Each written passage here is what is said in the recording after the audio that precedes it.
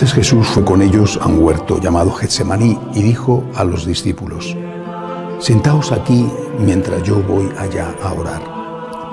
Y llevándose a Pedro y a los dos hijos de Zebedeo, empezó a sentir tristeza y angustia. Entonces les dijo: «Mi alma está triste hasta la muerte, quedaos aquí y velad conmigo».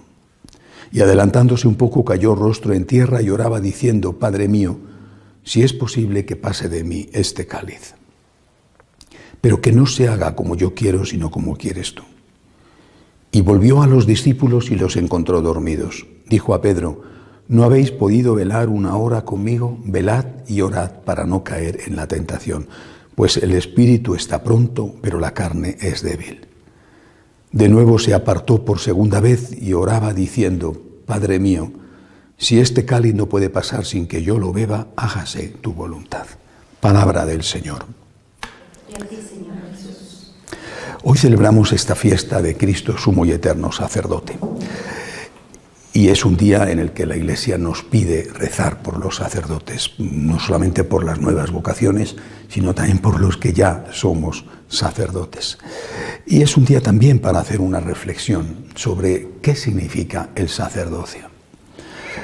El sacerdote es, en Italia lo llamaban los sacerdotes antiguos, los de antes de Jesucristo, lo llamaban pontífices.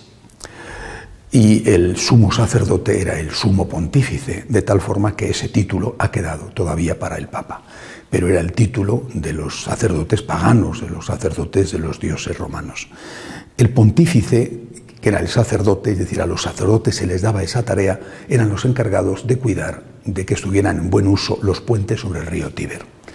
El puente pontífice. Y esta es una idea muy bonita.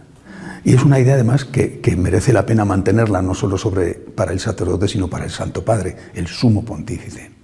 Porque el sacerdote es un puente. Es un puente que une dos orillas, la orilla de Dios y la orilla de los hombres. Todo puente es susceptible de ser destruido, ¿no? Por aquellos, lógicamente, que no quieren que haya comunicación entre las dos orillas, ¿no? Es decir, el demonio y sus aliados.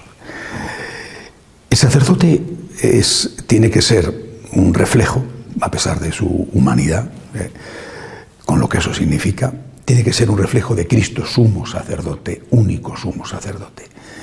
Pero a la vez es un hombre, es decir, como hombre está en la orilla de los hombres, no es un ángel. Ha nacido de un hombre, de una mujer, ha vivido en una familia, ha crecido en un ambiente, ha tenido sus problemas en la adolescencia, ha tenido sus problemas, es un hombre. Eso a veces lo olvidamos. Pero como imitador de Cristo está en la orilla de Dios, es decir, tiene un brazo en un sitio, otro brazo en el otro. Él es el puente que une las dos orillas. De alguna manera todos somos también puentes, porque por el bautismo nos llamamos así, tenemos todos lo que se llama el sacerdocio real o sacerdocio regio. Pero especialmente el ministro, es decir, el sacerdote ordenado, es este puente entre las dos orillas. Delante de Dios el sacerdote tiene que representar a su pueblo. Es decir, delante de Dios el sacerdote va a dar gracias por el pueblo, a pedir ayuda para el pueblo, a pedir ayuda para los enfermos, a llevar a Dios tantas peticiones que recibe durante el día. Padre, rece usted por mí. El sacerdote tiene la misión de, delante de Dios, ser el abogado de su pueblo. Pero delante del pueblo tiene la misión de ser el abogado de Dios. Es decir, al pueblo tiene que hablarle de Dios y de los derechos de Dios. Es decir, el sacerdote tiene que hacer ver a ese pueblo al cual él pertenece, a esos hombres de los cuales él es uno más, tiene que hacerles ver quién es Dios y también los derechos de Dios. No solamente anunciar a Dios o al Dios amor, sino también anunciar el amor debido a Dios. Dios te ama y tú tienes el deber de amar al Dios que te ama.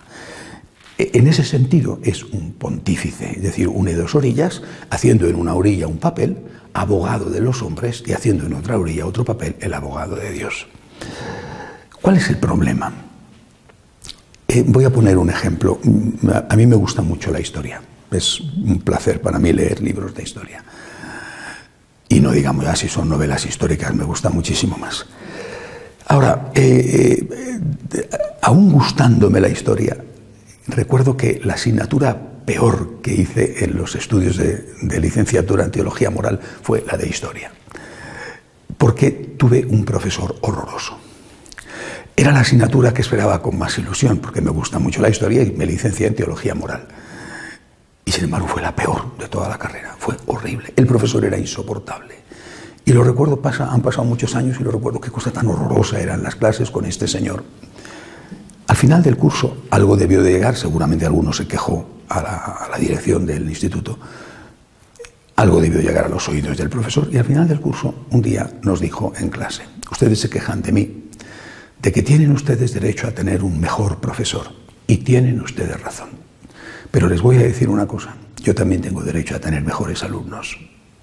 Es una lección que no he olvidado nunca. Nos quejamos de los sacerdotes, tendrían que predicar muchísimo mejor, pero muchísimo mejor, ¿eh?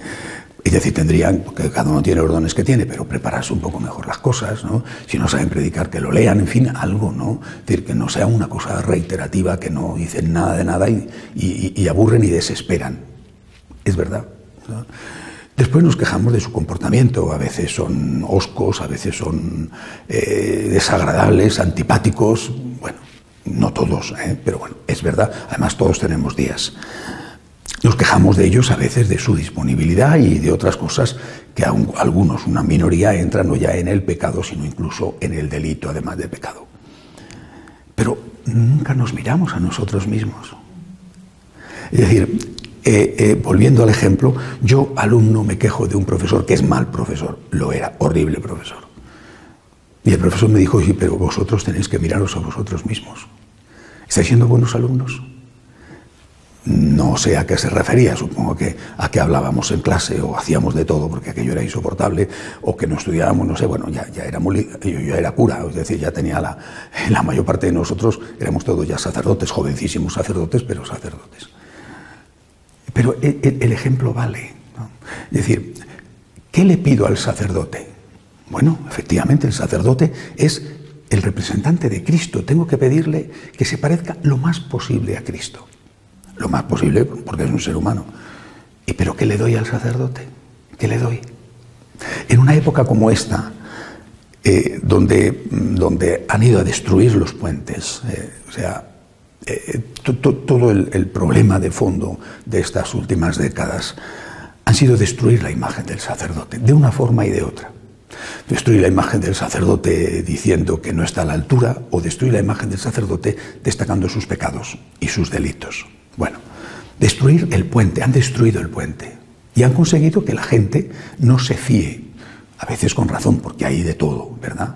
Pero han conseguido que en general la gente no se fíe. Bueno, somos todos de esta generación, ¿verdad? Pero todavía te encuentras en algún sitio que no ha sido tan afectado por esta plaga, te encuentras gente que tiene un respeto especial al sacerdote. Hoy cada vez menos. Esta es la consecuencia de la destrucción del puente. Pero aún te encuentras con antiguos, es un sacerdote.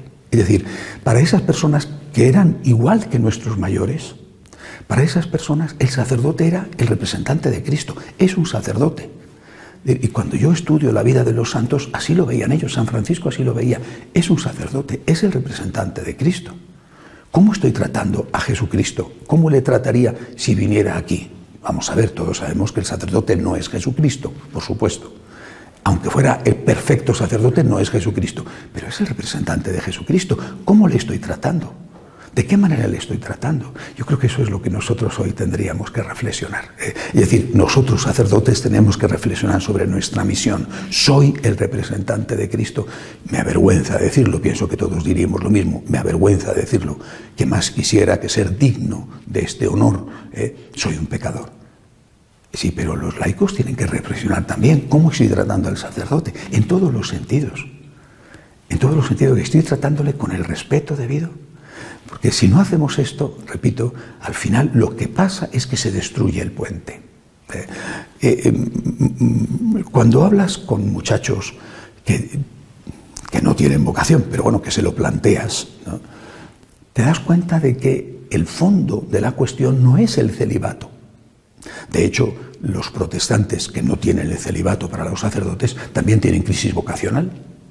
El fondo de la cuestión es que ese es un servicio, una carrera, un servicio, sin prestigio ninguno. Pero no es que no tenga prestigio delante de los enemigos de la Iglesia, eso sería lo normal, es que no tiene prestigio delante de los miembros de la Iglesia. Cuando un papá, una mamá, un hijo les dice que quiere ser sacerdote, es una tragedia en general, en general. Digo, qué desastre, es la ruina de mi familia, ¿qué he hecho yo para merecer esto? Porque en el fondo esa es una persona, no es el representante de Cristo que tiene un prestigio, sino que es una persona inferior en todos los sentidos.